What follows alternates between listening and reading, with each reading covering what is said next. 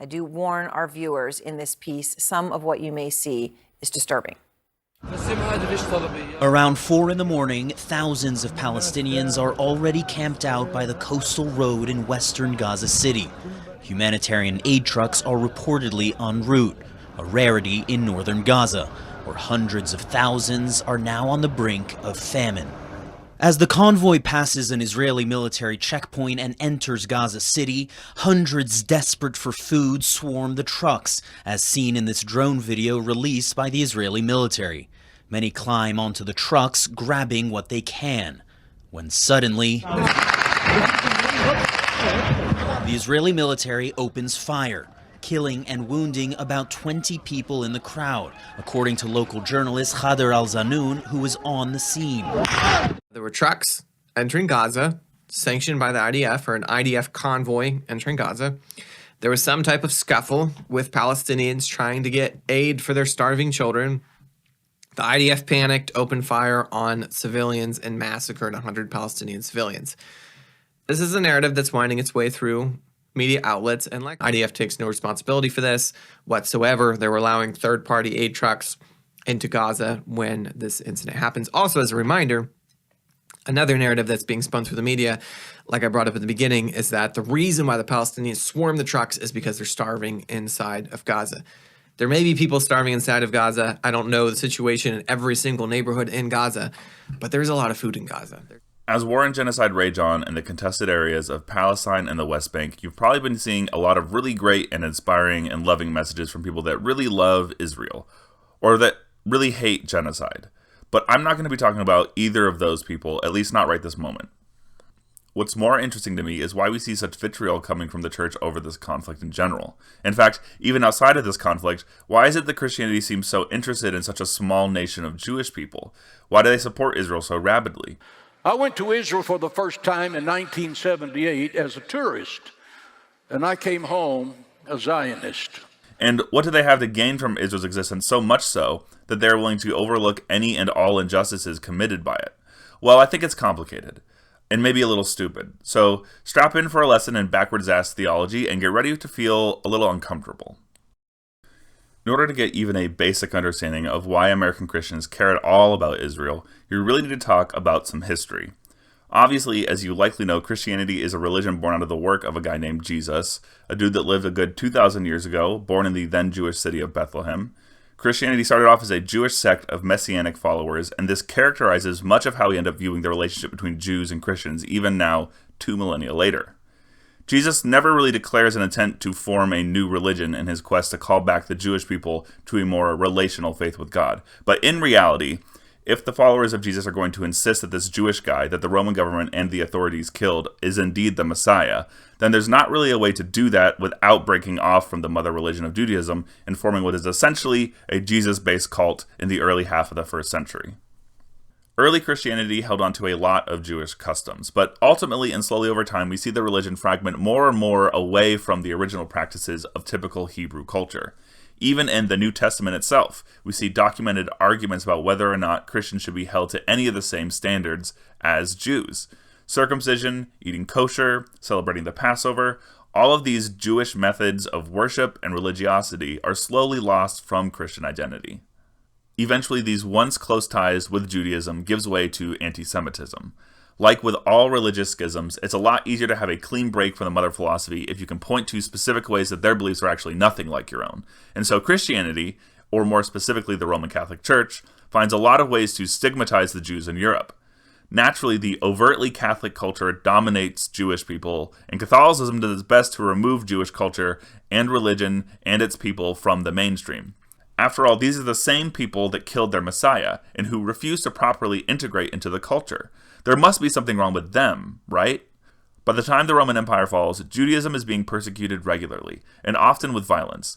Some of the Crusades on the Holy Land actually even specifically targeted the Jewish people. Much of Christianity continues to distrust the Jewish people for most of human history. And while modern mainstream Christianity in this day and age has lost its taste for anti-Semitism, mostly due to the highly publicized horrors of the Holocaust, though there are some exceptions, there is still a religious tension there. It's of course the end of World War II that brings about movements that we now know as Christian Zionism. For some of the Christian world, the creation of the State of Israel in 1948 carries with it the implications of a restoration of a holy Jewish nation. This is important to evangelical churches in particular because of another thing, which we will also need some background on, and that is the apocalypse, and more specifically, a Christian understanding of millennialism. Confused? Well, yeah, you probably should be. Basically speaking, there are several versions or ideas of Christian thought on what will happen when it comes to the specific events of Jesus' second arrival on this planet. We certainly don't have time to get into all of these ideas, chiefly because they're all most likely bullshit.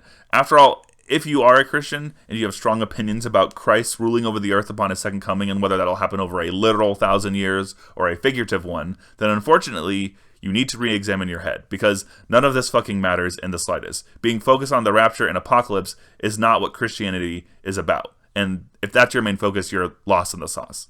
However, a main part of this timeline of events that will come along with and lead up to the second coming of Christ is an understanding from the evangelical church that there must be a reestablishing of the Israelites on this planet so that Jesus can have a place prepared for him to return to. The book of Revelation foretold of a gathering of Israel just before Jesus' return, and thus Israel's existence must be maintained as a prerequisite. I'm going to build my nation once again in the last days. It will be an indicator of the end times because it sets up many prophetic end time events that are key. One of which, by the way, is that all nations will turn their back on Israel in the last days. And that understanding has continued all the way up until this day. The Christian evangelical understanding of the people of Israel, or the Jews, in the place of Israel, as in the country, is that both must exist for us to have the apocalypse all lined up for old J. Christ to be able to come out. As if Jesus is some kind of Groundhog Day rodent that we need to coax out of his hole with delicacy, and if the temperature of the air isn't just right, he will duck away for another 1,000 years before trying again, or something.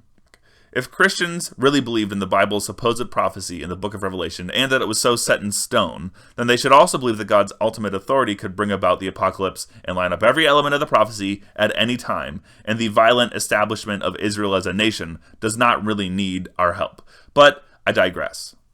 All of this leads us to where we are today. There's this history of distrusting the Jewish people and its religion, yet ultimately needing them to exist within their own country just to simply set them up to be destroyed in the apocalypse. And that's wildly interesting. And it actually doesn't really even end there. For many evangelical Christians, the existence of Jews in the Holy Land is a good step towards setting the stage for the second coming of Christ. But what's better than Jews living in the Holy Land? How about Jews dying and killing others in a religious war in the Holy Land? 2/3 of Israel will die.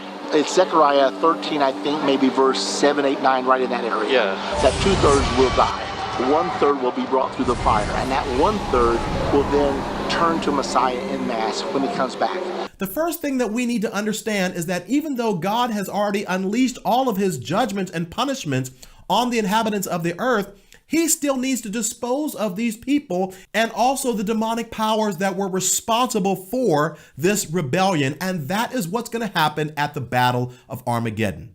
That's right, the next part of biblical prophecy, also in the book of Revelation, involves the wars and rumors of wars, just to check one more thing off the list. And for some Christians, these can't just be wars, but they should also be religious wars. And maybe not even just religious wars, but extremely devastating religious wars, maybe even involving nuclear bombs and, you guessed it, genocide.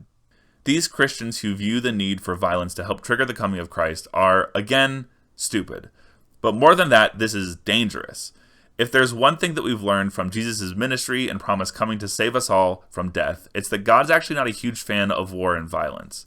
And while the book of Revelation does contain a lot of violent imagery, something that we need to remind ourselves of is that the book of Revelation was written largely to depict a specific persecution of Christians under the incredibly oppressive Roman Caesar, Nero.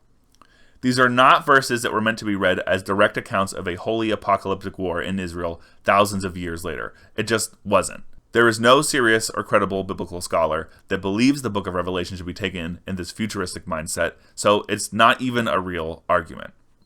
These people think that by supporting Israel's violence, they are aiding in the Jews setting up themselves for Christ's return. And these people are actively rooting for the most bloody and violent war with all Muslim nations in the Middle East as possible. And they're doing this even though it's so antithetical to what God actually tells us we should stand for. And even if we were to take these prophetic writings and revelation that literally, the end goal should be the spread of Christianity in the Holy Land, not the spread of Jewish power and Jewish violence. God promised the Jewish people these lands, one half of modern-day Egypt, all of Israel, all of Lebanon, all of Syria, all of Jordan, all of Kuwait, and 3/4 of Saudi Arabia. This is going to become a reality in the millennial reign when Jesus Christ rules the world from Jerusalem with a rod of iron. So to the government and people of Israel, are these fucking lunatics really the allies you would like to associate with?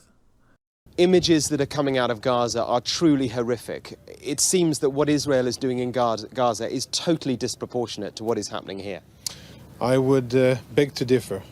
Finally, I know I haven't addressed this yet, so I'll do it here.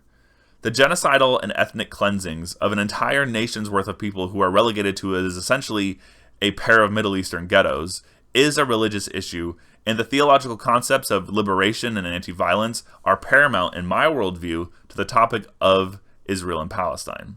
However, to the people asking for an entire video dedicated to that theological explanation, I ask why. Because there's no real in-depth analysis needed.